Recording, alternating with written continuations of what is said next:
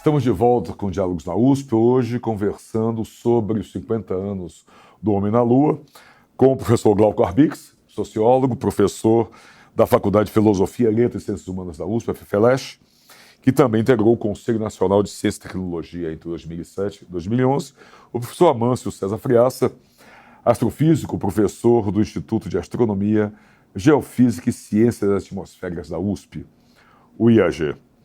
Eu vou voltar agora nesse nosso segundo bloco, pegando o gancho do professor Amâncio, que deixou a pergunta no ar para o professor Glauco, das implicações comerciais da exploração do espaço. Só para dar uma contextualizada, quer dizer, está cada vez mais empresas privadas estão querendo explorar o espaço de várias maneiras. Então, eu trago para o senhor, professor Glauco, a pergunta do professor Amâncio. Quais são as implicações comerciais e sociais dessa exploração do espaço dessa forma? Veja, a gente não tem, do ponto de vista de sucessão de eventos, nós não temos muita coisa nova. Veja, a bomba atômica em 1945, em Hiroshima e Nagasaki, ela mostrou que ciência é poder. Foi a primeira vez na história, a ciência nunca foi tão forte e poderosa quanto... Então, aquela história do cientista que fica mexendo com um ratinho em laboratório mudou um pouco, virou de ponta cabeça. Isso que o Amâncio falou, as entidades, as instituições científicas são fortalecidas, é real.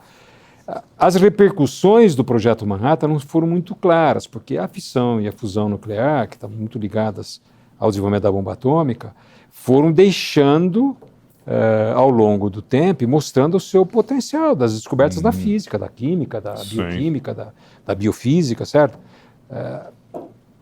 O projeto Manhattan, pelo contrário, ele espalha.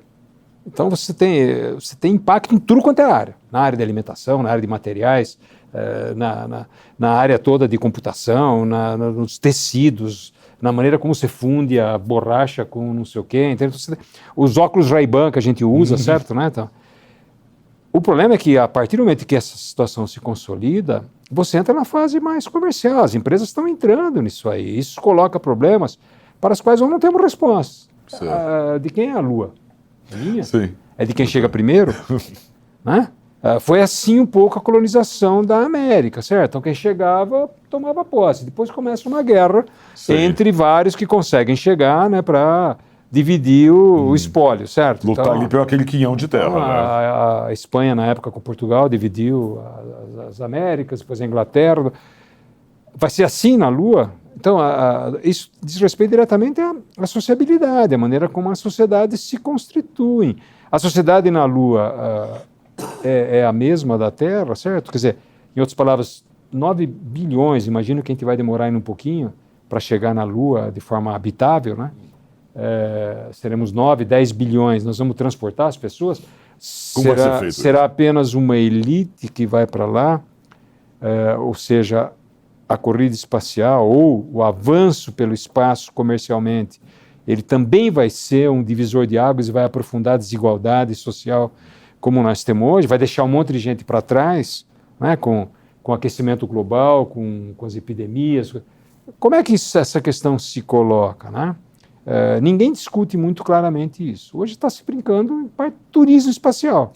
Exatamente. Certo? Tem várias empresas muito poderosas, que aliás a NASA está contratando elas, porque sai mais barato para a NASA contratar, né? A Amazon é uma delas, a SpaceX do Elon Musk, entende? Tem várias que estão metidas nisso, entende? Então, a questão social é chave. E a questão social não é um problema de tecnologia, é um problema da humanidade. É um problema dos homens, das mulheres, de quem vive aqui, entende? As máquinas têm muito pouco a ver com isso.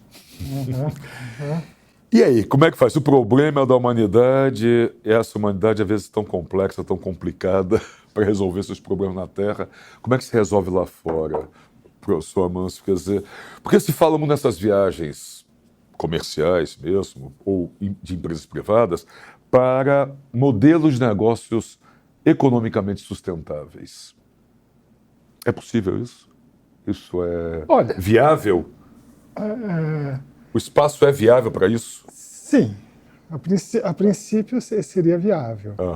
Né? Talvez não numa escala tão curta de tempo quanto a gente pense.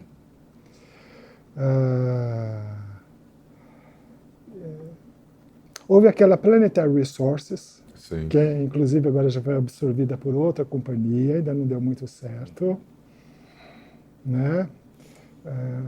O Diamonds e o Larry Page, né, que estiveram na formação dela, que visava exatamente fazer exploração de asteroides. É isso, exatamente. Então, mas as coisas não são tão simples assim. Porque, inclusive, né, a descoberta da origem extraterrestre, da destruição, né, dos dinossauros, né, se deveu a isso.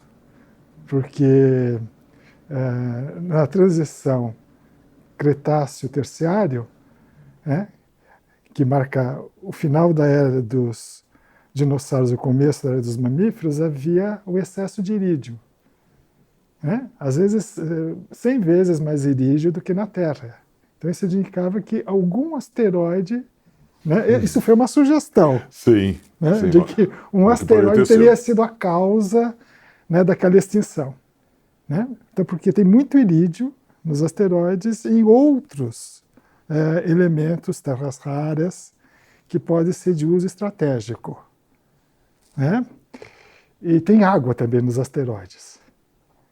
Né? Então você pode minerar não só esses elementos, mas você pode minerar a água, e a água você usa para fazer combustível. Você faz eletrólise, você produz hidrogênio e oxigênio. Né? Então, a princípio, esses recursos estão lá. Sim, e essa fatia da humanidade que o professor Glauco comentou, de olho nisso. Né? De olho nisso. Nessa riqueza, nessas fontes que estão fora daqui. Tanto que o Blue Origin, né, que é do Jeff Bezos, né, que ele se propõe, né, colocar milhões de pessoas no espaço. Essa que é a proposta final, mas esses milhões, de novo, vão ser os privilegiados. Vão ser o 0,1%. Sim. Né? Sim. Então, isso me lembra muito Blade Runner. Então, você tem uma comunidade assim, abastada que conseguiu sair da Terra, e a Terra fica no desastre ecológico. E sem falar que a gente também tem que respeitar o ambiente. Né? A gente tem que respeitar o ambiente, as paisagens. Será que eu posso sair por aí minerando à vontade a Lua, por exemplo? A Lua ou mirando já Marte, como se está... mas já é um problema hoje, porque já tem o problema do lixo espacial. É isso que eu ia falar agora. O problema do lixo espacial 50 anos atrás, nós jamais falaríamos disso. Hoje nós temos a Terra praticamente encapsulada em lixo espacial. Como é que nós vamos, como o professor Amâncio está colocando, de olhar e explorar a Lua, explorar Marte, ou mineralizar a Lua e Marte e outros, mas se nós não conseguimos lidar com o lixo espacial que nos envolve. Não, e lidar com a Terra. Que a Terra, se você olha, o lixo que nós temos aqui. Se você olha a galáxia, sim, a Terra é um jardim. É verdade. Entendeu? Então, ou seja, porque você pode fazer cálculos de habitabilidade, né, para vários planetas na galáxia. A maior parte dos mundos é estéril. Uma pequena parte pode suportar micróbios. E quase nenhum pode suportar a vida complexa, como a Terra. Então, para você ter uma situação assim como a Terra, né, nós somos privilegiados. Então, eu digo que a gente, né, antes a gente tinha o paradigma né, da pequenez, agora a gente tem o paradigma do privilégio. E a gente está destruindo o privilégio isso que a gente tem. Estamos sabendo lidar com isso? No nível socioambiental. É isso, quer dizer, professor Glauco, como é que se lida com isso? Quer dizer, dentro desse... não sabemos lidar com esse privilégio no nível socioambiental, como o professor Amâncio colocou, com esse lixo espacial, com tudo isso que a gente teima em fazer. Nós estamos falando o tempo todo de humanidade aqui, certo? Sim. Na verdade, as relações de poder na sociedade, elas diminuem a dimensão da humanidade para identificar em alguns agentes muito claros. É a humanidade, mas do ponto de vista da humanidade, um país na América do Sul, na África, no Oriente Médio, não vale a mesma coisa que os Estados Unidos, ou a França, ou a Inglaterra, a Alemanha. Então, se você pensasse do ponto de vista da humanidade, nós estaríamos sentados em torno da mesa para discutir se nós precisamos dar um passo rumo ao espaço, nós vamos civilizar algumas áreas inóspitas hoje para poder aliviar a situação na Terra. Estava discutindo em geral. Não é isso, não é assim que acontece. Não é tão simples assim, Certo? né? Não é assim que acontece, alguns países acabam definindo e muitas vezes, que é o que acontece agora com a expansão comercial, não são nem países, são grandes corporações. Sim, exatamente. O Jeff Bezos, a Blue Origin, na verdade, é da Amazon, é uma gigante, uma das grandes empresas do mundo hoje, entende? A terceira ou quarta empresa do mundo, e ela está definindo os parâmetros sociais. Já entende? estamos vivendo a ficção científica que víamos um tempo atrás, né? Faz tempo. Né? Das grandes corporações dominando essas estruturas. Naquelas né? distopias que a gente via. Isso, exatamente. Só para ter uma ideia, 90% de todo o fluxo de recursos ligados à venda, ligados à compra, ligados a transações na internet hoje está na mão de 9 empresas, 5 americanas, 4 chinesas, certo? Não tem nenhuma europeia. Sim, nenhuma isso já quer europeia. dizer muita coisa, né? São 5 americanas e 4, a gente pode, até, se precisar, a gente fala o nome delas, mas são 5 americanas e 4 europeias. Eu tive no Diálogos Brasil-Alemanha. 4 chinesas, né? 4 chinesas. Isso. Eu tive no Diálogo Brasil-Alemanha e falava assim, olha, gente, não tem nenhuma alemã aqui. Vocês precisam tomar cuidado. Então, apesar da Europa ser um agente extremamente relevante na área espacial, entende? Aliás, eles foram os primeiros e os únicos até agora a pousar um foguete num asteroide, certo? Que é um feito muito grande, né? Aquilo é espetacular. É espetacular. Então, isso foi há quanto? 2, 3 anos, entende? Né? Os americanos não conseguiram, entende? Nem os chineses, nem os russos, nem ninguém conseguiu. Mas veja, essa questão da construção de outra sociedade, você poderia desenvolver a utopia, certo? Fazendo sociedades mais justas, mais igualitárias, mais tranquilas, menos violentas, certo? Mas não é assim que o debate está sendo. O debate está sendo. São utópicas. O debate está simplesmente transpondo uma situação desigual hoje, desigual e privada, porque não há tratamento público dessa discussão, certo? Público, eu digo, humano. Sim, certo? sim. E você está transpondo uma situação em que vai ser a ferro e fogo, ou seja, alguns países vão conseguir, dentro de alguns países, algumas poucas empresas vão conseguir. Entende? São aquelas que estão dominando o mundo, o meio digital hoje, que é o que está na base da inteligência artificial, de Big Data, de Analytics. São essas empresas que estão indo, não são outras, entende? São as mesmas. E não são países, né? Não são governos. Não são, mas acabam tendo capacidade de investimento maior do que as outras, capacidade científica maior do que os países, né? Sim, é verdade. Qualquer uma dessas 9 corporações investe pelo menos 10 vezes mais do que o Brasil investe em ciência e tecnologia. Sim, o que já dá uma dimensão de... Claro, você tem que da lembrar nossa que dimensão a maior das empresa do mundo, pelo menos na semana passada, que virou a Microsoft na frente da Apple, eles ficam disputando. Fica Apple, essa Microsoft e Google, elas tinham valor de mercado de $1 trilhão. Isso significa mais do que 50% do PIB brasileiro. Você pode imaginar o poder de fogo delas, qualquer uma delas, para investir em ciência e tecnologia, que é o que elas estão fazendo de forma muito intensa. Entende?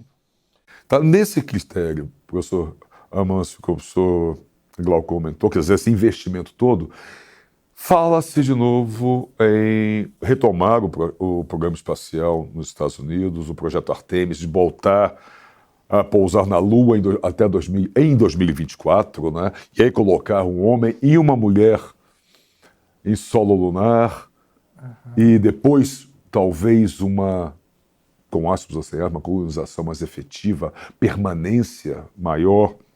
Faz sentido tudo isso? É importante voltar à Lua? Eu acho que os chineses vão chegar antes. Eles vão colocar a primeira mulher na Lua. Mas o plano deles é esse. Então, já foram para o lado escuro. Pro lado escuro. Entendeu? Então... E aí, nesse sentido, em cima disso, quer dizer, os cálculos para chegar lá. O que a astrofísica cresceu, porque a astrofísica ajudou muito, obviamente, com cálculos precisos, a botar o homem na Lua 50 anos atrás. O quanto pode ajudar a botar o homem um homem, um casal na Lua, em Olha, Marte, na- e na- além. Tem motivos para a gente voltar para a Lua e ter a presença humana. Né? Que os seres humanos são capazes de fazer certas coisas que ainda a inteligência artificial não consegue. Né? As missões Apollo, elas foram organizadas, os lugares de pouso, de acordo com critérios geofísicos muito precisos. Uma pergunta, os mares, eles eram de origem puramente vulcânica ou, aliás, puramente meteorítica, crateras? Sim. Ou eles teriam um componente vulcânico? Os mares onde denominado... Que são aquelas regiões escuras. Exato, como o Mar da Tranquilidade, onde pousou a Eagle. Né? Exatamente, pousou a Eagle. Então, já na primeira missão, isso já foi respondido. Ou seja, os mares não eram só produto de crateras, né, de impacto. Eles eram produtos de vulcanismo também, porque encontraram basalto. Sim. Então havia atividade vulcânica na Lua. Então havia atividade vulcânica. Aí depois se colocou a questão qual que era a origem da Lua. Né? Isso foi respondido nos últimos Apolo. Né? Nas últimas 15, 16, 17, fizeram coletas de rochas. Aí, através da razão entre os isótopos de oxigênio, que você tem oxigênio 16, mas você tem também o 17 e o 18. São isótopos estáveis. Então, você é capaz assim, de testar a origem das rochas. Aí que, então, ganhou força uma hipótese que estava esquecida, que era do impacto gigante. Ou seja, que a Lua ela teria sido provocada pelo impacto de um corpo gigante na Terra, que teria lançado os restos para a órbita terrestre e formado a Lua. Porque a composição da Lua, em termos isotópicos, é a mesma do manto terrestre. Né? E essa questão, não só ela foi respondida, mas foi respondida de um modo inesperado. De onde que vem a Lua? Vem do manto terrestre. Certo, então com isso a gente pode responder mais perguntas ainda. E uma pergunta também é o seguinte: a Terra teve um período muito conturbado, que foi entre 4,5 bilhões de anos atrás até 3,9 bilhões de anos atrás, que é chamado Adeano. 4 bilhões e meio de anos atrás ela tinha se formado. E 3,9 bilhões de anos atrás foi a primeira vez que teve uma crosta estável.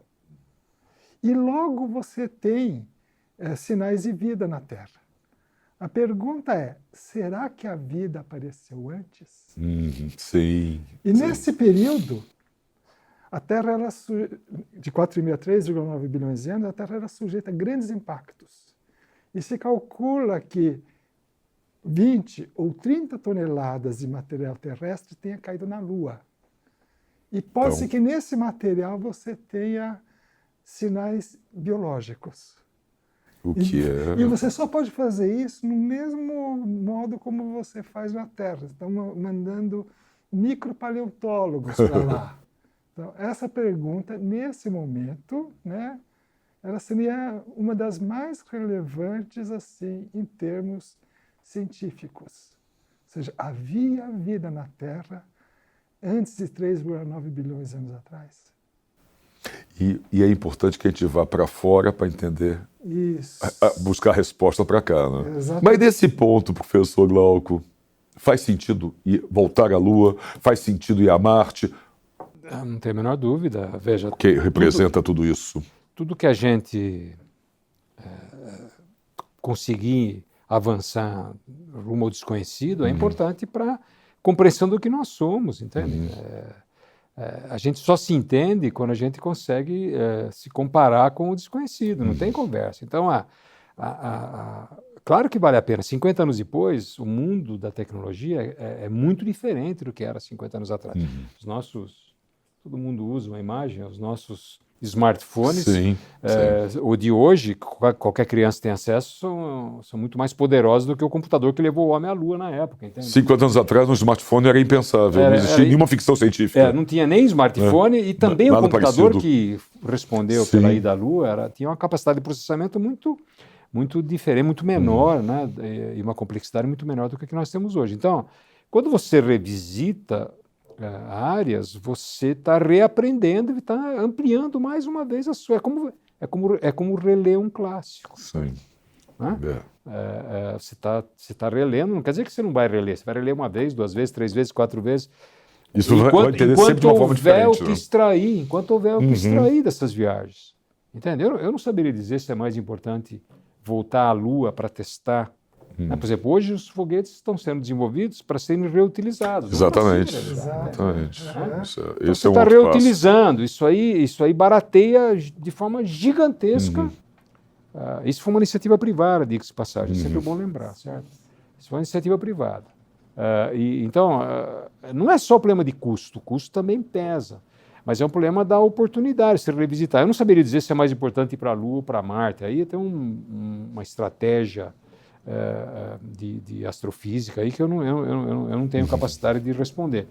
Mas que o desafio é fundamental para a gente, é fundamental porque a nossa vida aqui tende a se esgotar. Pode não ser hoje, pode não ser, pode demorar mais do que a gente imagina, mas ela vai se esgotar. Entende? O que eu só sinto é que essa capacidade não está voltada para fazer efetivamente um mundo melhor, certo? Ela está muito... As gotinhas que sobram para a gente melhorar na saúde, na educação, são muito pequenas diante do que se alcançou. Né? Você pode imaginar que se esse potencial todo fosse voltado para melhorar a nossa vida, todo mundo estaria melhor, pelo menos uma grande parte não estaria vivendo as mazelas que a gente vive hoje. Entende? Então... Aqui tem um problema de fundo, que é um problema que diz respeito às orientações de governo, as estratégias de cada país, tem a ver com força, com poder, certo? Sempre tem, né, professor, Sempre no final tem. das contas, né? Então. Quer dizer, mesmo olhando lá para fora, continua tendo esse embate. Sim. Mas é isso, professor Amâncio, nós estamos já chegando ao final do nosso programa. Quer dizer, a gente precisa olhar para fora para entender melhor o que temos aqui, nos entendermos melhor. Eu acho que... E é importante voltar a Marte? Ir a Marte, aliás. Olha, eu estava até com vontade de rir quando ele estava falando que entre Marte e a Lua, com certeza Marte. Eu para fazer turismo num voo suborbital, jamais faria. Agora, para ir para Marte, até me arriscaria. Até arriscaria um pouco, né? Mas nesse processo, eu estou falando... Além desse jogo de poder que é triste, Sim. a gente vê a desigualdade aumentando, ela está aumentando com o tempo, e isso é hiper preocupante. Mas além disso, quando você vai, pegando o aspecto positivo, quando você vai para um local novo, você se transforma também. Essa possibilidade. Então, ou seja, você tem... E eu acho que um dos grandes desafios, né, é você conciliar, né, o dilema dessa pulsão humana pela expansão geográfica. Sim. E agora expansão espacial, e o respeito ao ambiente e às paisagens. Né? Porque você vai numa paisagem, aquela paisagem ela pode ensinar alguma coisa que você jamais tinha concebido antes. Então, ela pode se tornar mais humano, porque ela se transforma e ela faz com que certas possibilidades que você jamais tinha imaginado venham à tona. Só espero que estejam boas possibilidades. Sim. É um otimismo? É um realismo isso? Não, digamos, 70% otimismo, mas eu conservo uns 30% de pessimismo para não ser louco. A humanidade pode ser melhor com tudo isso? Bom, deveria. Depende da humanidade. Deveria. Depende a gente é cientista, imagina, a gente procura fazer ciência para que melhore.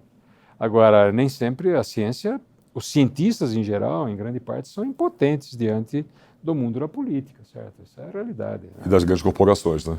E das grandes corporações. Mas as grandes corporações estão muito submetidas às regras que a grande política faz. Acaba fazendo. Esse é o problema. Né? É isso, pessoal, mas para nós encerrarmos. É isso, acho que aquela proporção que eu dei, acho que é meio razoável. 70% de otimismo, 30% de pessimismo. 60%. Abaixa um pouco o otimismo. Ele é mais realista. É mais realista. Abaixa um pouco. Bom, o tempo vai dizer.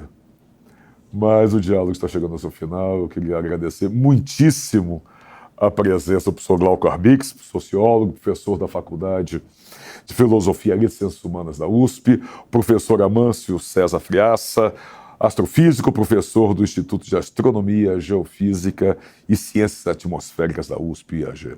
Professores, muito obrigado pela presença dos senhores, pela nossa conversa. Daria mais fácil um programa, quem sabe a gente não faça. Não, eu que agradeço essa conversa deliciosa aqui. Eu também. Obrigado aí, Marcelo. Obrigado a vocês pela oportunidade. A Rádio USP, a TV USP. Né? Muito obrigado. Até a próxima.